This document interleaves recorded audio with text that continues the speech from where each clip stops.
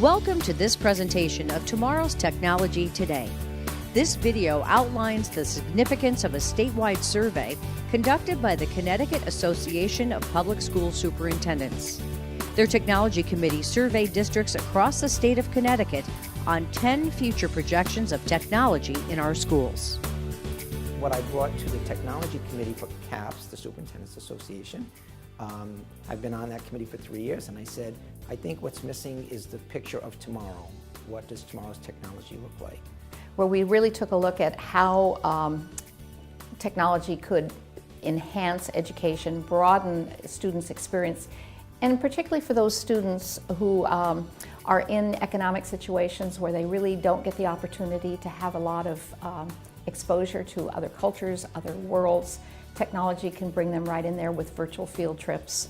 The CAPSS Technology Committee performed a Technology Futures survey asking district instructional technology leaders to identify emerging trends in the use of technology which they believe will direct or transform education over the next 5 years.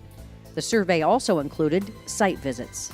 We have visited as a committee Plainville on several occasions where you go in and you can see students doing a current events, reading an article. Everyone is reading it at their own reading level, however. So they're all getting the same information and content, but they're reading at their own level. But nobody knows that that student sitting next to them has a reading level that's lower than anybody else's. You're going to go ahead and you're going to put your pin in, and you're going to put your team name in.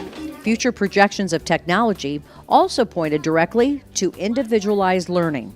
Individualized learning is so important, and it's key right now, and it's changed so much where there used to be whole group instruction, you're teaching to the whole class. Right now is each child has an individualized plan, and they're working on all the same skills throughout the school day, but on different levels of complexity. We know that the biggest trend is the one-to-one, and not bring your own to school. That's like saying, bring your books and we'll teach you from those. Bring the pencils. If you don't have them, you can't learn. When you have a piece of paper and a pencil, you're bringing from your brain to that paper your thoughts. When you're on the network, you're beginning to network with other children through all sorts of opportunities. And that individualization, that one-to-one, is changing the way teachers have to be able to realize that students are not going to get to an answer that is predicted, but they're going to create either new answers or they're going to contribute to that answer that has to be accommodated for in the way they're going to measure progress.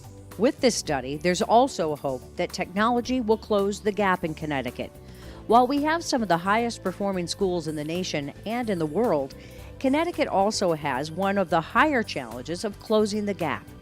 The study points to the conclusion that the use of analytics will strengthen the capacity to improve instructional design and response. We're getting more and more powerful information about learning in our students.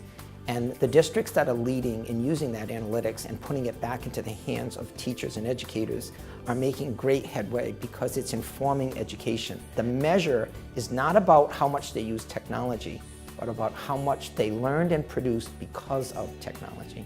Take a look at it. Read it. Take a look at it so you're not spending your money on technologies that are phasing out. We want them to be efficient. We want to help our colleagues help students. And so take a look at it and then make some good decisions about which of these best practices fit with what you want to accomplish in your district.